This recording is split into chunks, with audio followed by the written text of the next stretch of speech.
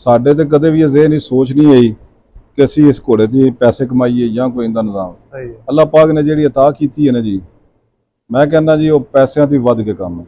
ਅੱਜ ਪੂਰੇ ਪੰਜਾਬ ਵਿੱਚ, ਹਰ ਜ਼ਿਲ੍ਹੇ ਵਿੱਚ, ਹਰ ਸ਼ਹਿਰ ਵਿੱਚ ਬੰਦੇ ਵਾਕਫ ਨੇ ਮੇਰੇ, ਮੈਨੂੰ ਬਾਈ ਨੇਮ ਜਾਣਦੇ ਨੇ।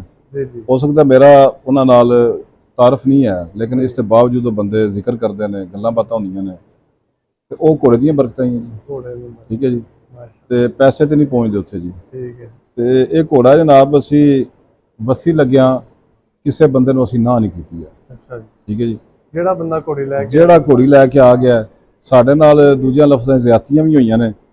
ਘੋੜੀਆਂ ਜਿਹੜੀਆਂ ਨੇ ਉਹ ਇਸ ਮਿਆਰ ਦੀਆਂ ਨਹੀਂ ਆਈਆਂ, ਲੇਕਿਨ ਇਸ ਦੇ ਬਾਵਜੂਦ ਸਾਡੀ ਮਜਬੂਰੀ ਹੈ, ਸਾਡਾ ਇੱਥੇ ਬਹਿਣ ਉੱਠਣ ਹੈ, ਦੁਨੀਆਦਾਰੀ ਹੈ, ਤਲਕ ਵਾਸਤਾ ਹੈ। ਜੀ। ਠੀਕ ਹੈ। ਤੇ ਐਸੀਆਂ ਹਸਤੀਆਂ ਨੇ ਜਿਹੜਾ ਮਕਸਦ ਸੀ, ਸਵਾਲ ਹੀ ਨਹੀਂ ਪੈਦਾ ਹੁੰਦਾ। ਘੋੜਾ ਆ ਨਾ ਜੀ, ਸਾਡੀ ਜਾਨ ਵੀ ਮੰਗਣ ਤੇ ਅਸੀਂ ਹਾਜ਼ਰ ਹਾਂ।